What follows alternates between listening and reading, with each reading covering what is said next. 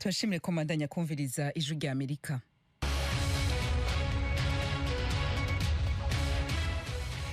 Radio ijwi rya Amerika isamira na Washington DC mu Kirundi no mu Kinyarwanda. Mu Burundi muri ko mutwumva ku mirongo migufi ya shortwave kuri metero 25, 31 na 41. Mu Rwanda tukaba kuri FM 104 n'ibice bitatu i Kigali na FM 93 n'ibice bitatu Karongi.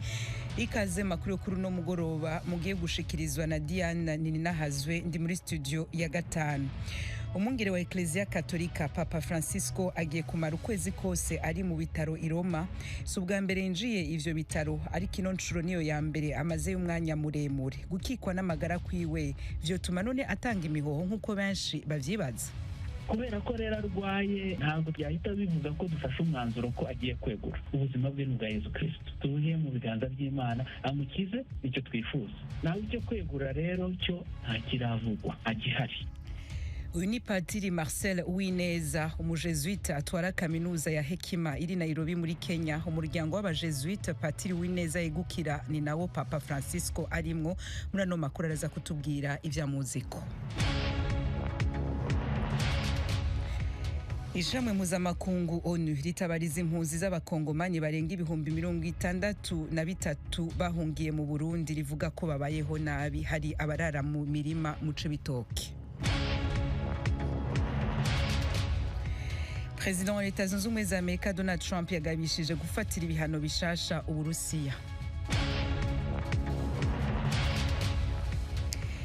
Amerika yahagaritse imfashanyo zose zo ku rwego rw'igihugu yaha Afrika y'Epfo. Hidonido yano makuru yose duce ku masonga n'ayandi tubafitiye ni handi hato. Musangwe ikaze kandi mwakoze guhitamwo kumviriza ijwi rya Amerika mu yandi maradiyo yose.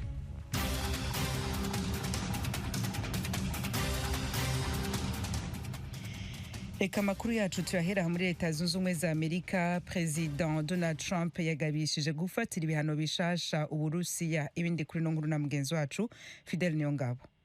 Ivyo bihano birimwo ivyerekeye igisata c'amabanki. President Trump ariko agabisha gufata ivyo bihano kubera Uburusiya bubandanya gukora ibitero vy'amabombe muri Ukraine. Nigabisha rikomeye mu gihe President Trump ariko arondera guhagarika intambara hagati ya Ukraine n'Uburusiya. Kugabisha gufatira ibihano bishasha Uburusiya kubaye inyuma y'indwi zitari nke President Trump ashikiriza amajambo yarafise intumbero yo gusubira kugirana imigenderanire myiza n'Uburusiya na President w'ico gihugu Vladimir Putin.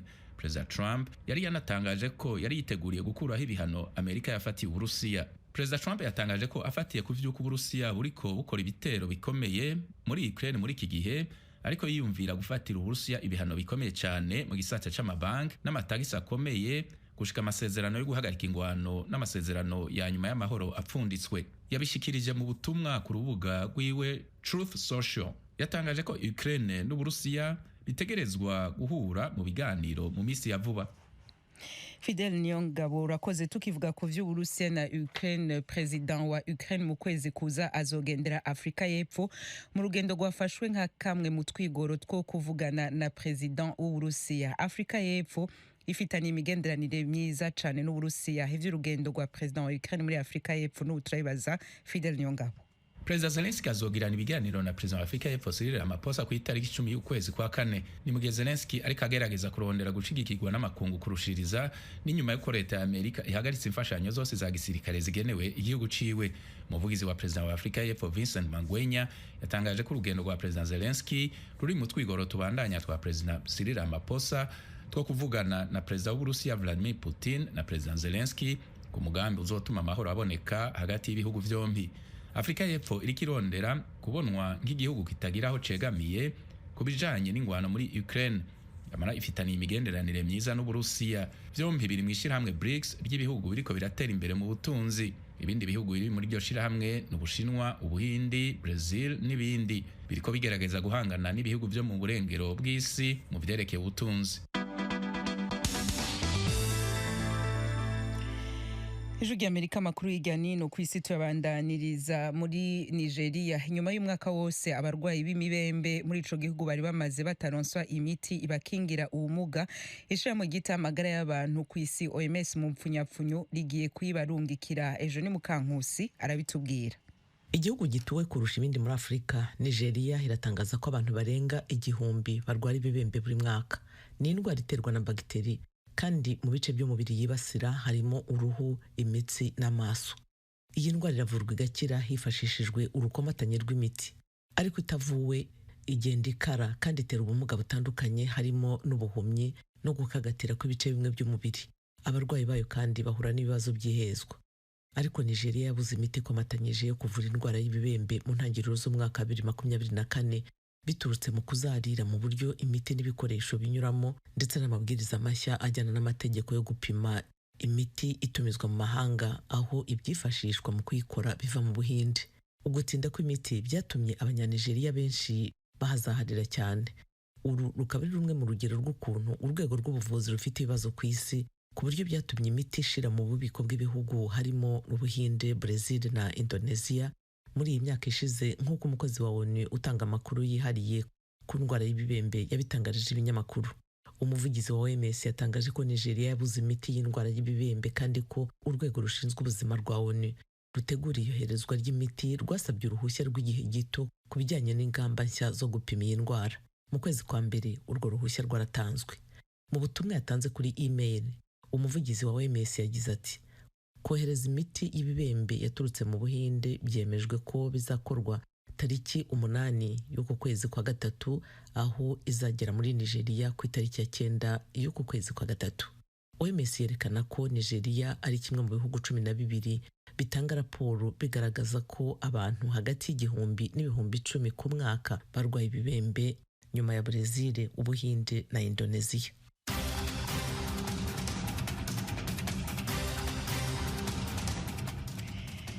Barakoze bagenzi bacu. Ejo ni Mukankusi hamwe na Fidel Nyongabo baduteguriye amakuru y'ijya nino ku isi, aho meje kumva n'ayandi mushaka kongera kuyasanga kuri wezi 3 akaburungu radio yacu VOA akaburungu.com, adresse ya YouTube yacu, Instagram, Facebook na X ni VOA radio yacu. Mukanya tuja mu karere k'ibiyaga binini vya Afrika.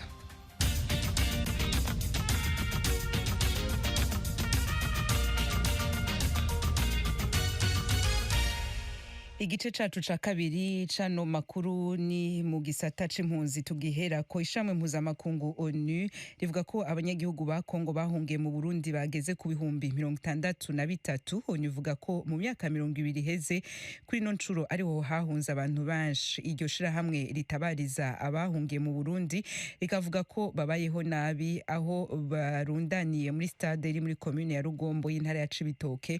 Hari n'abarara mu mirima yegereye iyo stade nk'uko ONU ibandanya kubivuga. Inkuru twaza mugenzi wacu Ejo ni Mukankusi.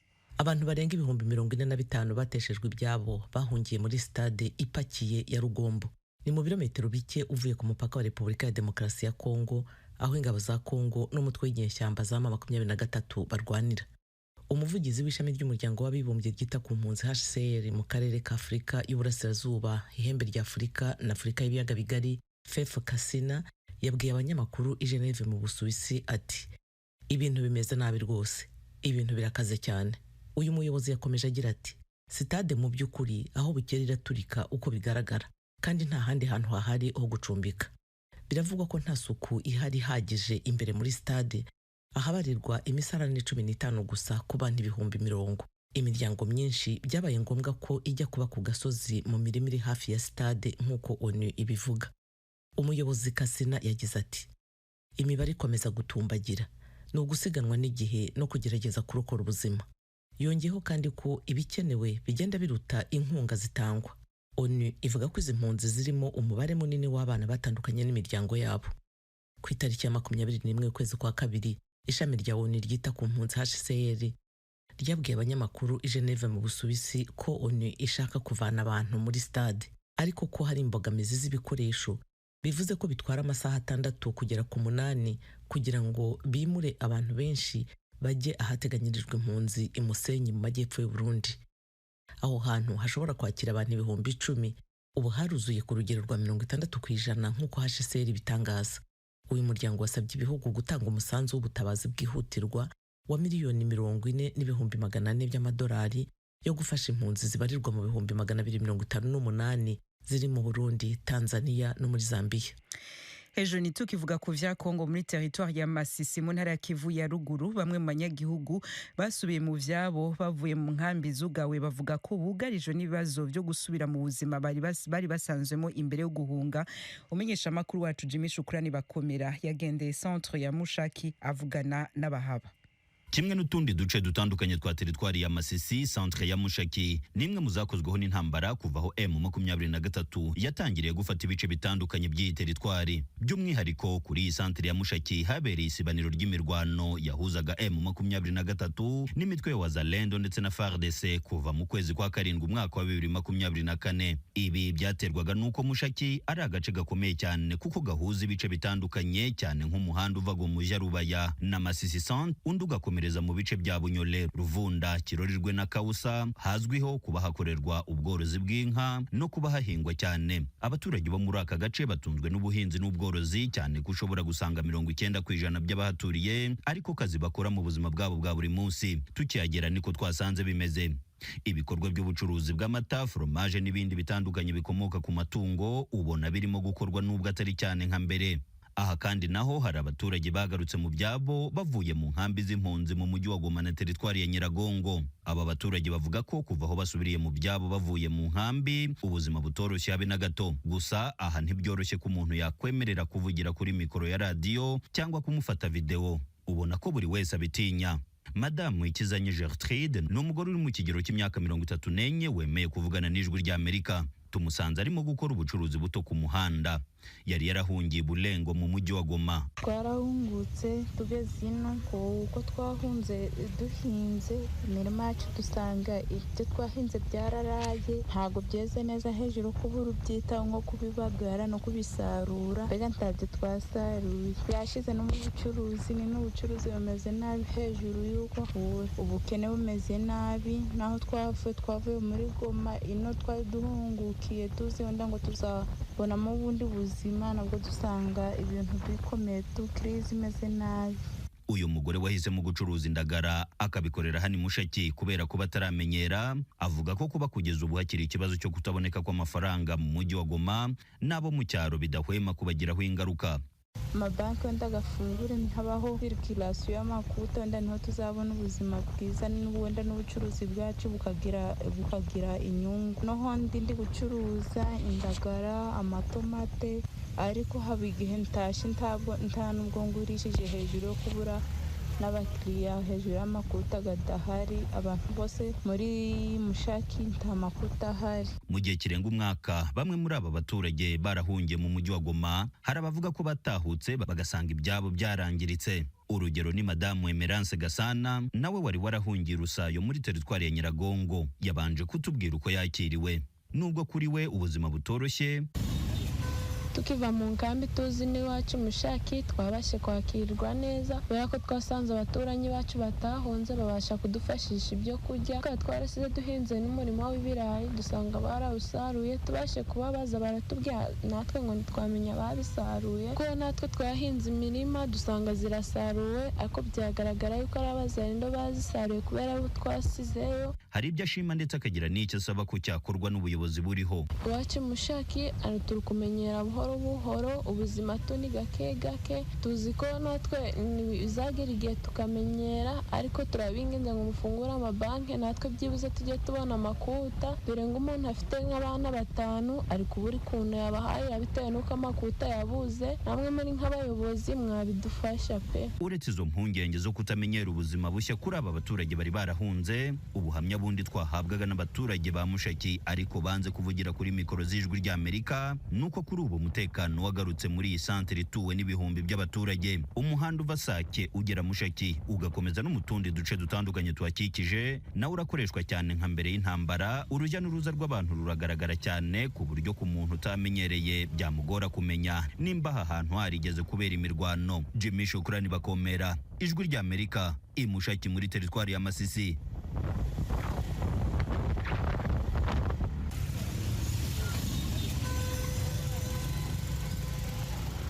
bwonona ibihimba vyakira impwemu. Zimwe mu ngaruka z'iyo ngwara zirimo gukorora, kuribwa umubiri wose, kudahema neza no kudatondeka ivyumviro neza. Ku nshuro ya mbere yasohoye ubutumwa bwo gushimira ababandanya kumusabira, yavuze mu rurimi kavukire rwiwe rw'Ikiespanyol.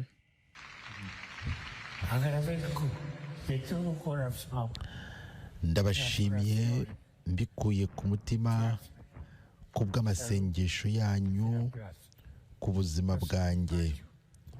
Aho ndi hano ndabakurikira. Imana ibahe umugisha kandi Bikira Mariya abarinde. Murakoze cyane.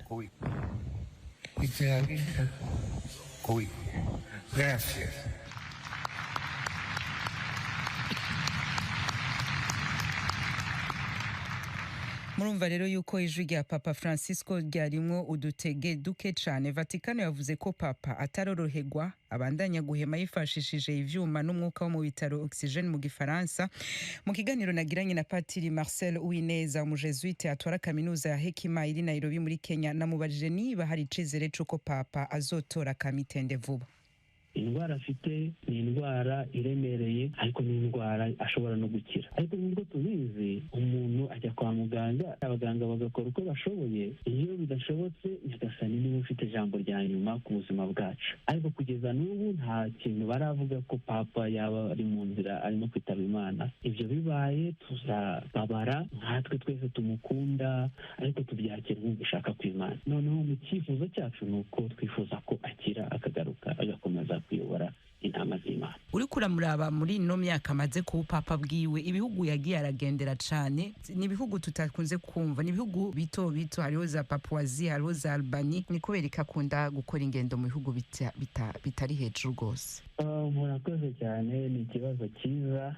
Mbere na mbere twibuke ko Papa Francisco ari umuyesuiti. By'umwihariko umwe mu baranga abayesuiti ni uko bakunda kwiyegereza babandi batereranywe. Byagagiye bigaragara rero kuri Papa Francisco nuko ingendo ze nyinshi yakoze zerekana icyerekezo yifuza ko Kiliziya yafata. Zimwe muri izo ngendo zagiye zigaragaza ko kimwe mu byo yari ashyize imbere ari ugushaka amahoro ndetse n'ubumwe. Ibyo rero twarabibonye mu 2014 ubwo yasuraga Middle East, yifuza amahoro hagati ya Israeli n'Abapalestiniya. Hanyuma mu 2015 yibuka ko yagiye gusura Cuba, nabwo akerekana ko icyo yifuza ari uko habaho ibiganiro hagati ya Cuba n'igihugu cya Amerika. Abakifuza ko ndetse banagarura umubano. Hanyuma uribuka mu 2018 yagiye gusura Bangladesh na Myanmar. Aho naho ni ahantu dusanga abantu benshi bagiye bashyirwa ku ruhande, cyane cyane ashaka uburyo twakwerekana ubumwe bugomba kuba hagati no kubaha abayisilamu bo muri etini ya Rohingya, nabo bagiye bakandamizwa. Uribuka ko yagiye Abu Dhabi mu 2019 ashaka uburyo habaho amahoro ndetse no kubahana hagati y'abakristu n'abayisilamu. Uribuka ko yasuye Sudani y'Amajyepfo, agasura Mozambique, agasura Madagascar, agasura Mauritius. Ibyo nabyo ni ibintu byerekana ko ntabwo ajya ahantu gusa mu bazungu, yaje ndetse n'iwacu muri Afurika. Kenshi akifuza ko adasura gusa ahantu heza, asura n'abakene, ajya mu bitaro, akajya kuri babandi bakandamijwe, babandi bashyizwe ku ruhande. Mu myaka 10 iheze ikintu cagiye kiramuboneka ko yaragenye abakardinale benshi bava mu bihugu bitandukanye, bimwe na bimwe bitari bwarabonekemwo umukardinale. Aha turavuga nko mu Rwanda barasa umukardinale. Ntariho abavuga ngo ubwo Papa ntiyabikoze ategura umusubirizi asa nawe ava muri biriya bihugu, Rwanda, Argentine, ahandi hatandukanye, hano tutari tumenyereye umupapa. Urakoze cyane. Nagusubiza mpereye ku ngingo zitandukanye, critère uko mbona ibyagiye biyobora impamvu yagiye hitamo abakaridinali batandukanye. Tunashimira Imana kandi ko no mu Rwanda yaduhaye karidinali, ni ibintu twishimira. Abakaridinali wacu dukunda Antoine Kambanda. Ariko impamvu se yaba yarahisemo abakaridinali bava mu bihugu bitandukanye ni izihe? Mbere na mbere mu guhitamo hazamo impamvu zitandukanye, ariko ibyagiye biranga izo mpamvu ni uko yagiye ahitamo abakaridinali cyangwa abasenyeri begereye abakristo cyane.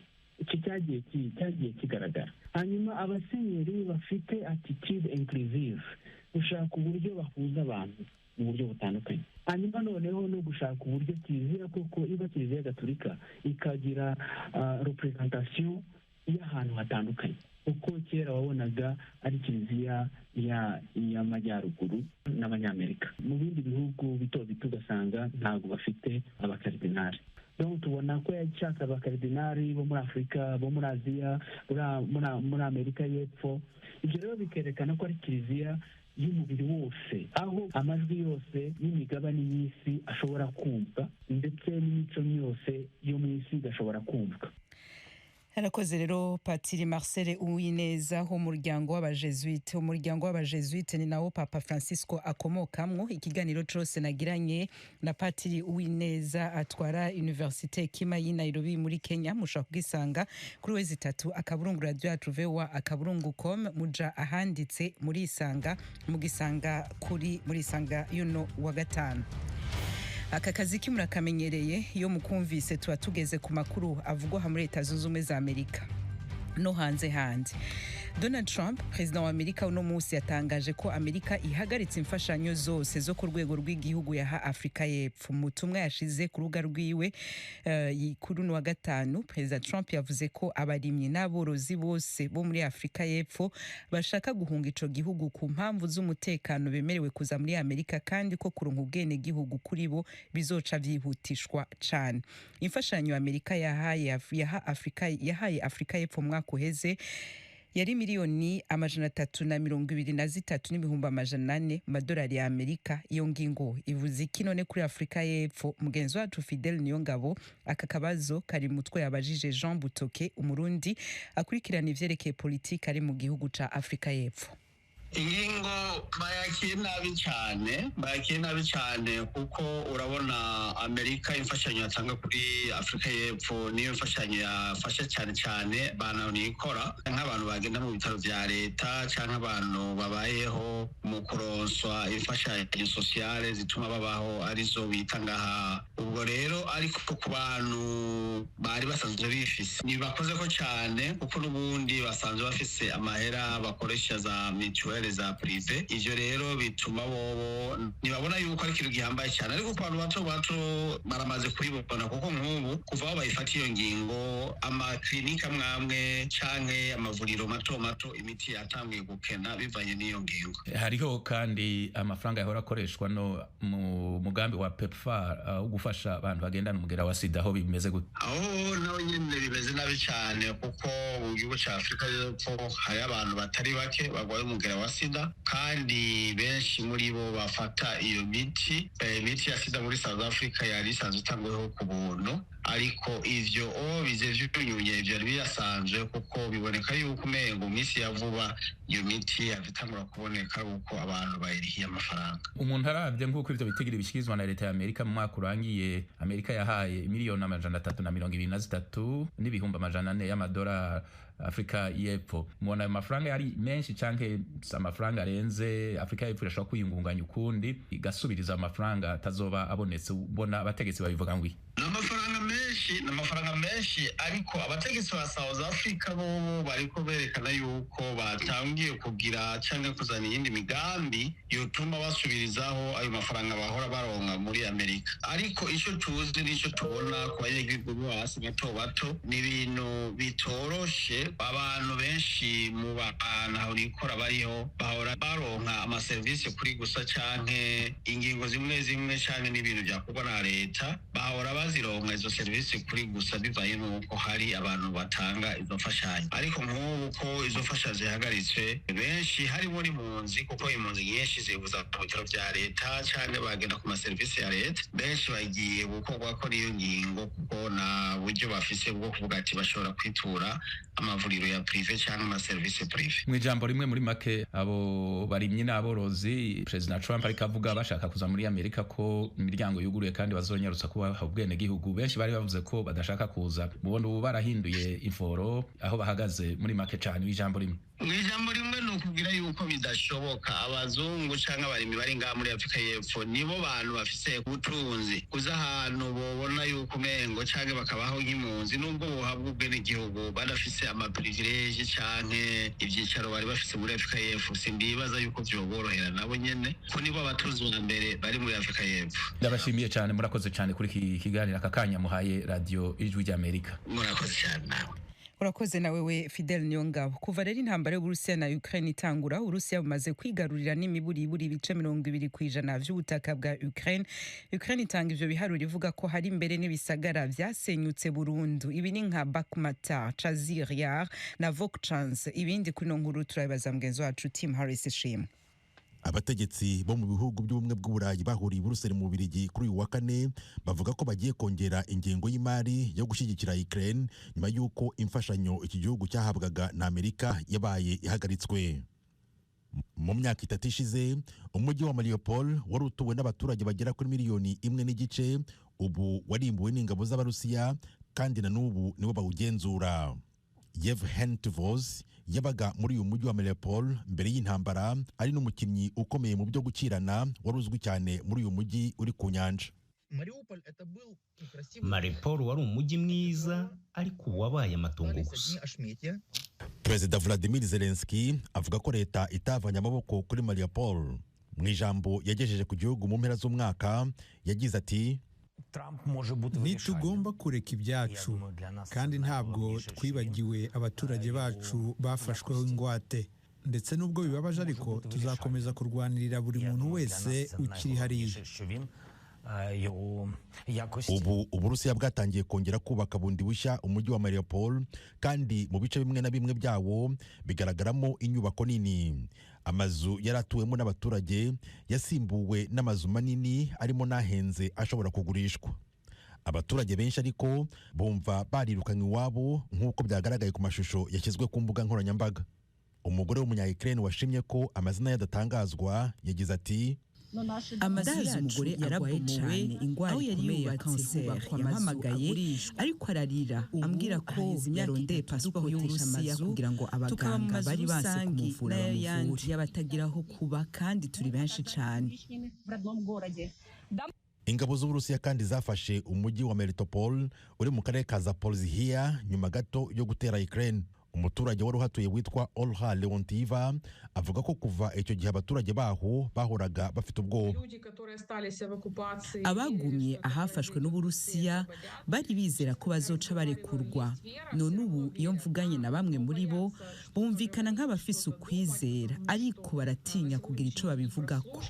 Bibaza ko telefone nyinshi zabo zumvirizwa, babayeho mu bwoba. Abanya-Ukraine bari mu mijyi yafashwe n'Uburusiya bose ubu bategetswe gushaka pasiporo y'Uburusiya.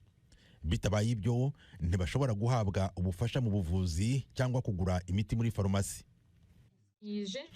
Ndazi umugore agwaye cyane ingwara ikomeye ya kanseri yampamagaye ariko ararira ambwira ko yarondeye pasiporo y'Uburusiya kugira ngo abaganga bari base kumuvura bamuvure. Kugeza ubu amashuri yo mu duce twafashwe n'Uburusiya arimo guhatira abanyeshuri kwiga Ikirusiya hagamijwe ko abana bibagirwa ko ari abanya-Ukraine. Ibi bisobanurwa na Tsvetelina Van Bentem, umwarimu muri kaminuza ya Oxford, akaba umushakashatsi ndetse n'umunyamategeko wigisha iby'amategeko arebana n'amakimbirane.